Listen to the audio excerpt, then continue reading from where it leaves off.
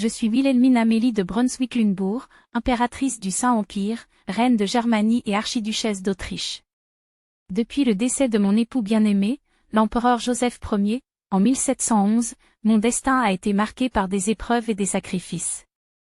Pourtant, mon règne aux côtés de Joseph, de 1705 à 1711, fut une période de conflits, d'intrigues et d'efforts constants pour maintenir la stabilité de l'Empire. Né en 1673 au sein de la prestigieuse maison de Brunswick-Lunebourg, mon destin était d'être uni à une cour puissante. Mon mariage avec Joseph Ier en 1699 scella cette alliance entre ma maison et les Habsbourg. Lorsque mon époux monta sur le trône en 1705, je devins impératrice du Saint-Empire et m'efforçai de remplir mon rôle avec dignité et dévouement. Ces années furent marquées par la guerre de succession d'Espagne, un conflit qui menaçait l'équilibre des forces en Europe. Joseph dut consacrer toute son énergie à la lutte contre les Bourbons, et moi, en tant qu'impératrice, je soutenais ses efforts en assumant un rôle diplomatique et en préservant les alliances de la cour. Mon influence était discrète mais réelle, je conseillais mon époux et tentais d'apaiser les tensions internes. Ma position n'était pas sans difficulté. Mon époux était souvent distrait par des affaires d'État, mais aussi par ses propres plaisirs. Ses infidélités étaient connues, et bien que la douleur me rongeât, je préservais mon honneur en restant une épouse digne et une mère attentive. Notre union donna naissance à 2 filles, Maria Josepha et Maria Amalia, mais aucun fils, ce qui fragilisait notre lignée et renforçait l'incertitude sur la succession des Habsbourg.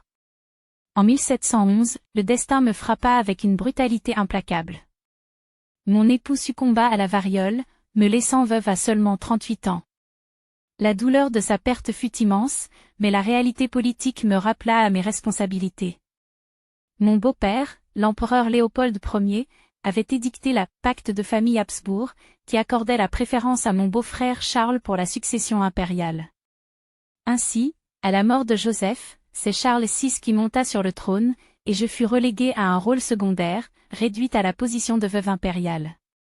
Malgré cela, je ne cessai de me battre pour l'avenir de mes filles, cherchant à assurer leur position dans une cour dominée par des hommes et par les exigences impitoyables de la politique dynastique.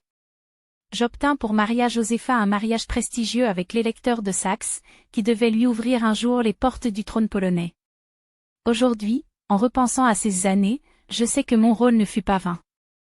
Si l'histoire ne retiendra peut-être pas mon nom avec autant d'éclat que d'autres souveraines, j'ai accompli mon devoir avec résolution. J'ai porté le fardeau du pouvoir et de la solitude avec courage, et j'ai lutté pour mes enfants et pour la grandeur de la maison des Habsbourg.